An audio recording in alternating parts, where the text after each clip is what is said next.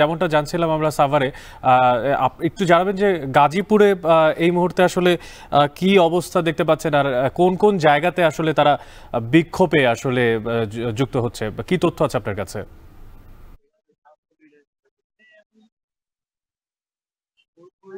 অনেক আসলে বেশ কিছুদিন ধরেই কিন্তু উত্তপ্ত শিল্পনগরী গাজীপুর। আমরা দেখেছিলাম যে গত সেপ্টেম্বর মাসের শুরু থেকেই কিন্তু এই বিভিন্ন যে শিল্প প্রতিষ্ঠানগুলো রয়েছে, বিশেষ করে পোশাক কারখানাগুলো, সেগুলোতে কিন্তু প্রায় বিভিন্ন দাবিতে কিন্তু শ্রমিকরা আন্দোলন করছিলেন, কর্মবিরতি পালন করছেন। পাশাপাশি অনেক সময় কিন্তু আমরা দেখতে পেয়েছি যে তারা মহাসড়ক অবরোধের মতো কর্মসূচি দিয়ে আন্দোলন করছিলেন। যে তারপরে কিন্তু শ্রমিকদের কিন্তু বেশ কিছু দাবি উত্থাপন করা হয়, যেটি একেবারেই কেন্দ্রীয়ভাবে সেখানে কিন্তু 18টি দাবি মেনে নেওয়া হয়, এবং দাবি মেনে নেওয়ার পরেও কিন্তু একটি স্বাভাবিক অবস্থা ফিরে আসলো। এখনো কিন্তু বেশ কয়েকটি কারখানায় বিচ্ছিন্নভাবে কিন্তু শ্রমিক অসন্তোষ রয়েছে। তবে আজকে সকাল থেকে মূলত গাজীপুরের চান্দনা চৌরাস্তা এবং ভোগড়া বাইপাসের মাঝামাঝি যে জায়গাটি রয়েছে ভোগড়া এলাকায়, সেখানে একটি পোশাক কারখানার শ্রমিকরা আন্দোলনে নেমেছেন। তারা মহাসড়কের দুই পাশ বন্ধ করে দিয়ে তারা বিক্ষোভ করছেন। মূলত গত জুলাই মাসের 16 তারিখ তারা সর্বশেষ তাদের যে অ্যাপারেলস প্লাস যে কারখানাটি রয়েছে এই কারখানায় তারা কাজ করেছেন। সে সময় কিন্তু তাদেরকে জুন মাসের বেতন দিয়ে বাকি যে 16 দিন কাজ করিয়েছেন, সেই 16 দিনের কাজ না করিয়ে কিন্তু অনির্দিষ্টকালের জন্য কারখানাটি মালিক পক্ষ বন্ধ করে দেয়।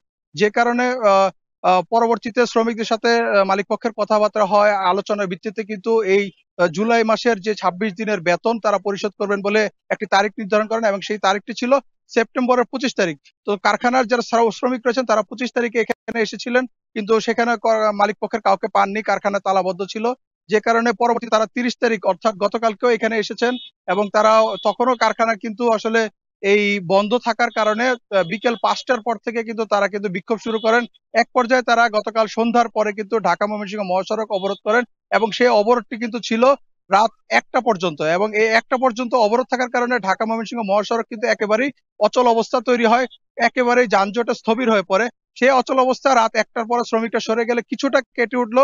সকাল 8টার পর থেকে কিন্তু আমরা দেখেছি যে শ্রমিকরা আবারও তাদের যে বকেয়া বেতন অর্থাৎ জুলাই মাসের 26 দিনের তারা বকেয়া বেতন তারা দাবি করছেন, এবং পাশাপাশি তারা যে এখানে যে কেউ 4 বছর 5 বছর কিংবা 10 বছর কাজ করেছেন, সেই সেই যে তাদের যে ছুটির কিংবা তাদের যে কর্মের যে টাকা, এই যে শ্রম আইনের যে টাকাটি, সেই টাকাটি তারা দাবি করছেন।